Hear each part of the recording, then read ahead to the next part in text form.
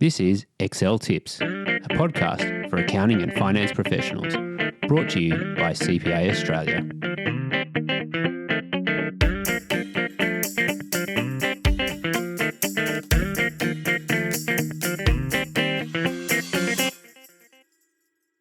Welcome to Excel Tips. My name is Neil Blackwood, and in this episode we're going to look at some data visualization ideas for Excel. Now, in Excel, data visualization includes charts, sparklines, which are basically little charts, as well as conditional formats, formulas, and even emojis. Yes, emojis have arrived in Excel. What I'd like to discuss is how you can use different types of charts to convey the information in a better way that is easier for people to understand and also includes data that they actually want rather than have to figure out by looking at a chart. Data visualization in Excel allows you to pick the correct chart to get whatever point you're trying to make across. And so different charts work with different data sets and data structures. So the example I'm using for this episode is comparing 1 month's data from this financial year with the corresponding month from the previous financial year. So what we want to analyze is the movement in the customer categories between these two periods. So that's what the chart is going to focus on. So there's a companion video for this episode as well, which goes into a lot of the instructions and that to create the charts. And all of the formulas are already created, so the structures are already in the examples. You can also download the example files from the In the Black website. So you can check out the website to get that and to see the video.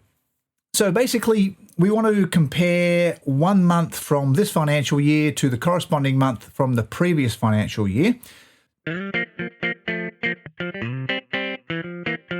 The common way to display this is to use a column chart or a clustered column chart, as is the name that Excel uses. And basically, you've got one column for the last financial year's month and then another column for this financial year's month. And they're presented next to each other, and you can see whether the values have gone up, gone down, or whether they're flat, which is okay. That just gives you an indication of the direction. It doesn't tell you what the difference is.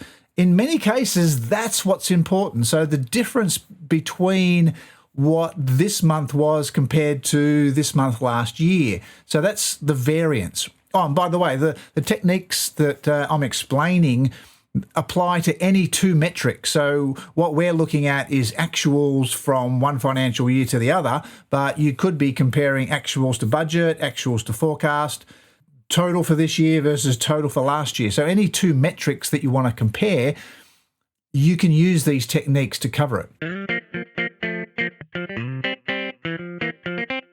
Whilst a column chart is good just to show sort of the direction, it's not great to show the value. So a better way to show it is something called a variance chart. So the variance chart actually plots the difference. So you see a positive variance as a column above the zero, and then a negative variance as a column below the zero. And this really then highlights the important part of what we're looking at. We're looking at the differences between the two periods. And the advantage with that is you can also include the total in that. When you're plotting just the values, it's really hard to include the total because the total will really throw out the vertical axis and you won't see, because the total will take over the chart, if you like. Whereas in a variance chart, the total is usually included because it's usually okay when you're plotting the variance. Now, something that's useful in Excel when you are creating charts is what's called the recommended charts. So when you click on the insert ribbon, in the middle is the charts section, and they now have a nice big button that has the recommended charts. So it's a good idea to check that out. So just select the range that you want to plot, click on recommended charts, and it'll give you some ideas. So if you select those two metrics, then it is the column chart that's recommended. So if you select the variances and also click the recommended charts, you'll also see that the recommended chart shows what you're after in terms of it's giving you a single column for each category. In this case, we're looking at customer category, and we're seeing the different customer categories between the periods. Okay, a few ideas when you're creating the various charts. So think about what you can remove from the chart whilst not losing any information. One of the first things I tend to do is remove the grid lines. Grid lines sort of clutter the chart in that there are a line on there that you might think you need it, but when you take it out, you'll find that the chart is just as readable. And you've got to remember, when you're looking at a column chart, you're not really trying to figure out what the exact value of that column is or the comparison. Basically, just removing the grid lines cleans the chart up. It looks a lot cleaner, and you don't really lose a lot. And if you do need the exact figure, then one of the techniques that I demonstrated in the video is you can just add data labels.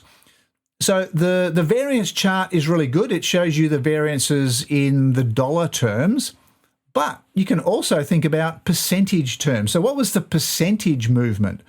These aren't mutually exclusive. You can actually create a chart for the dollar movement and then a chart for the percentage movement and have them side by side. If you're enjoying this podcast, you should check out our in-depth business and finance show, In the Black. Search for In the Black on your favourite podcast app today.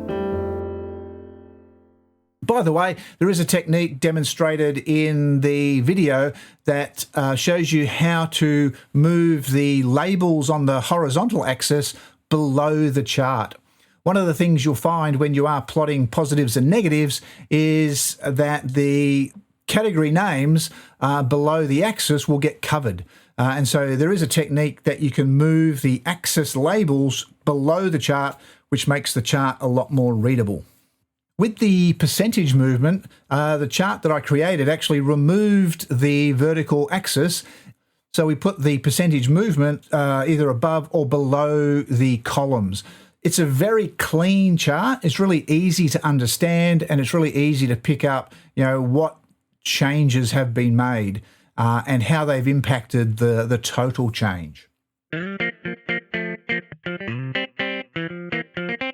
Now, if space is at a premium, one of the charts that is useful to employ is what's called a Sparkline chart. Now, Sparklines were invented by a fellow named Edward Tufte, who's written quite a bit on data visualization. And a Sparkline is a chart that is inside a cell. And so it's very small. And in the companion video, I created a Sparkline that mimics the dollar value variance chart. One of the things that's missing in the Sparkline is that there's no labels on there. And so in the companion video, I shared a technique where you can use some Excel functions to actually create labels for a Sparkline. You can check out the video to see that. When you're comparing two separate metrics, one of the most commonly used data visualizations is what's called a waterfall chart. I prefer the term bridge chart, but the waterfall chart is the common name. And it basically has a column for the starting position, which is, in this case, let's say October 22. And then it shows the movement in the various categories. And then you arrive at October 23. So you can see the size of the movements. And then you can get some sort of perspective because you're also looking at the total of the, in this case, sales. The reason I prefer the terminology of a bridge chart is that waterfalls only fall down, whereas when you're comparing costs and sales and things like that, there's ups and downs. And so I think a bridge chart is a better description of it. But as I mentioned, waterfall is the common description of it. So the types of data visualizations you use for categories where you don't have a lot of different categories is different to if you need to analyze a lot of data. So let's say we wanted to look at all of our customers. So in that case, what we can do then, instead of employing charts, is we can use a conditional format. So again, the variance is sort of what we want to focus on. So we can have the 2 Octobers listed side by side and then a variance. And in that variance column, we can insert a conditional format known as a data bar. And data bars allow you to have, it's like a bar chart within the cell, and it can show positive and negative movement. Now, the beauty of it is the size of the bar within the cell is in comparison to the rest of the data. So basically, if you've got a data bar that goes right across the cell, then that is the largest. And if you've got a negative movement, if it goes right across the cell to the left, then that's the largest negative movement. And the data bar in the video has a blue for the positive movement and a red for the negative movement. Speaking of colours, I should mention colour blindness. About 1 in 12 men has some form of colour blindness, and red-green is the most common. So just be careful when you are creating your colours that you're using for the data visualisations, that you take that into account. It doesn't affect women as much. It's only about 1 in 100 women have any form of colour blindness. Another type of conditional format that's useful is an icon. So you can insert icons into cells. And the example I've used in the video is to use the up and down arrows, but to only show them for variances that are greater than 25%. So that allows you to sort of use exception reporting, where you only are seeing icons if something is worth reporting, if you like. The example I used was 25%, so anything more than 25% increase or less than a 25% decrease has an icon next to it, and it's an upward-facing green arrow for a good variance and a downward-facing red arrow for a bad variance. And that's an example where using an icon is good, because just using colour, as I mentioned, can be an issue for people who are colourblind. And emojis. So if the icons that are available in the conditional formatting aren't enough, you might want to consider using some emojis. So the keyboard shortcut for emojis is the Windows key. So hold the Windows key down and press the full stop. And that allows you to insert emojis into a cell or into a formula. If you are using them in a formula, you need to enclose them in quotation marks. And the example in the video shows a thumbs up and a thumbs down emoji. I did change it in the video because I did have red and green as the colors, and I changed that to a blue for the thumbs up, and I left the thumbs down as it's a sort of an orangey color, I guess. Okay, so there are lots of options for data visualizations in Excel. I've just sort of scratched the surface on some of them here, but between charts, conditional formats, formulas, and emojis and icons, you can usually find something that helps you get across what you're trying to communicate using visualization rather than just a report. Thanks for listening. Hope you found that useful. Thanks for listening to Excel Tips, a CPA Australia podcast. If you've enjoyed this episode, help others discover the show by leaving us a review or sharing this episode with colleagues, clients, or anyone else looking for the best Excel tips and tricks. To find out more about our other podcasts and CPA Australia, check out the show notes for this episode. And we hope you can join us next time for another episode of Excel Tips.